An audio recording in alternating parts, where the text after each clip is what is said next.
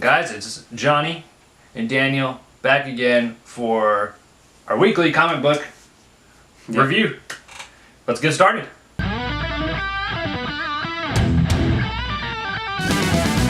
So first up, we got Flash numero uno. Yep.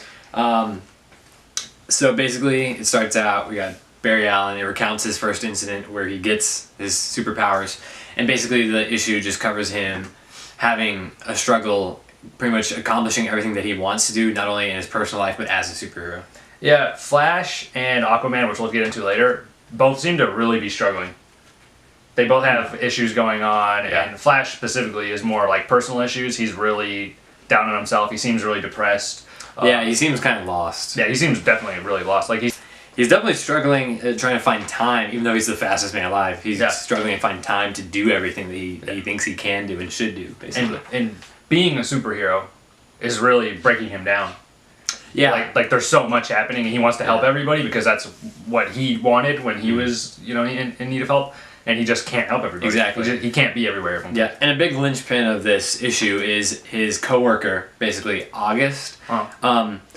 He was there when he gained his powers when he first got struck by lightning. He gets into a situation where these guys that we're not really sure who they are start attacking them, and Barry's like, "Well, I'll be there in a minute. I got to save these people that are in this fire." So he saves them, and he's going to save August, and he gets there just a little too late. Yep. But instead of getting shot, August gets struck by lightning, and seemingly gains super speed. Yeah. So he gains the speed force.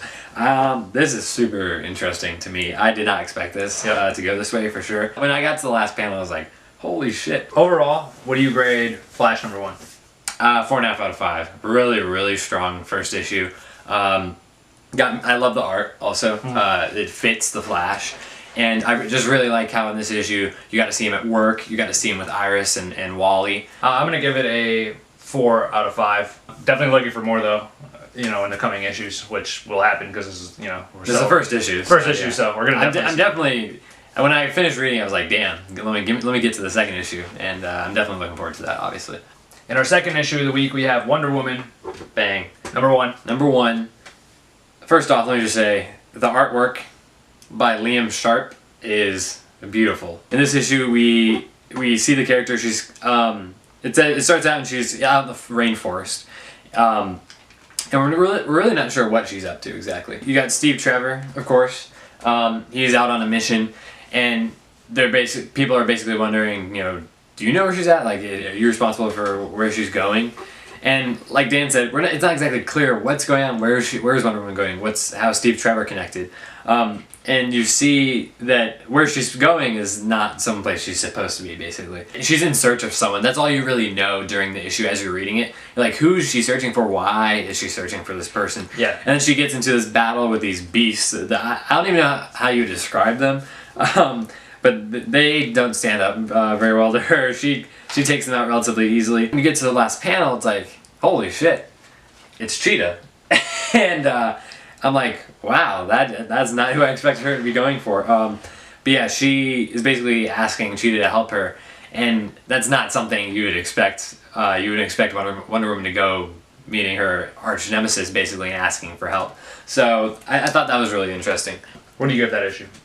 I give that issue a 3 out of 5. A 3 out of 5? Yeah. Wow. Not a lot to really digest, I guess you could say. The art is definitely the biggest plus for me. I'm going to give it a 3.5 out of 5 simply because of the artwork. The storyline was definitely the weakest of the 3, but the artwork was very, very strong. I mean, I'm definitely intrigued by what they're like kind of setting up.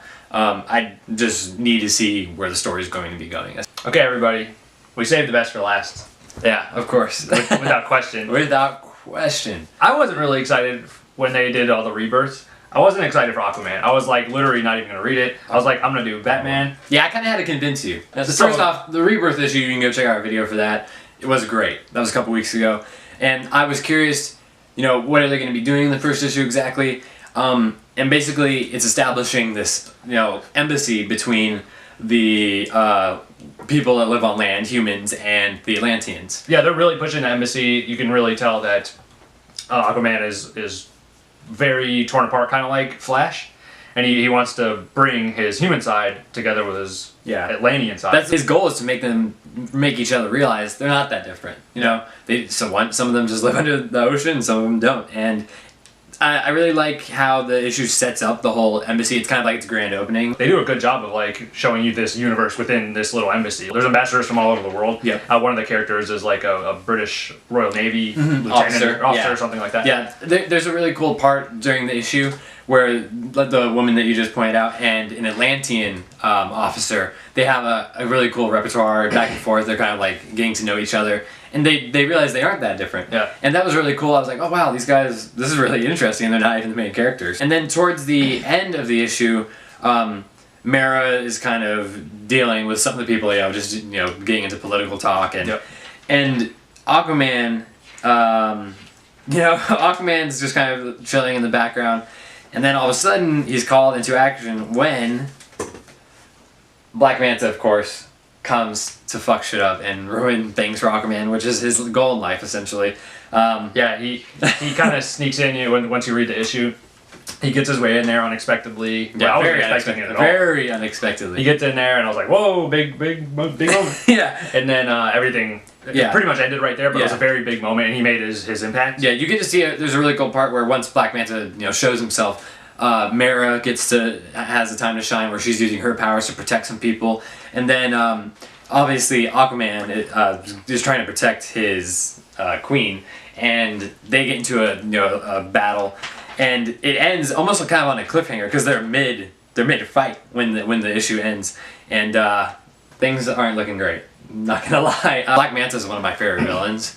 And I'm really happy that they're using him for this first arc. It's a really strong start to this first arc for Aquaman. I really like Black Manta too from Young Justice. That was like my first experience with him. Really. Yeah.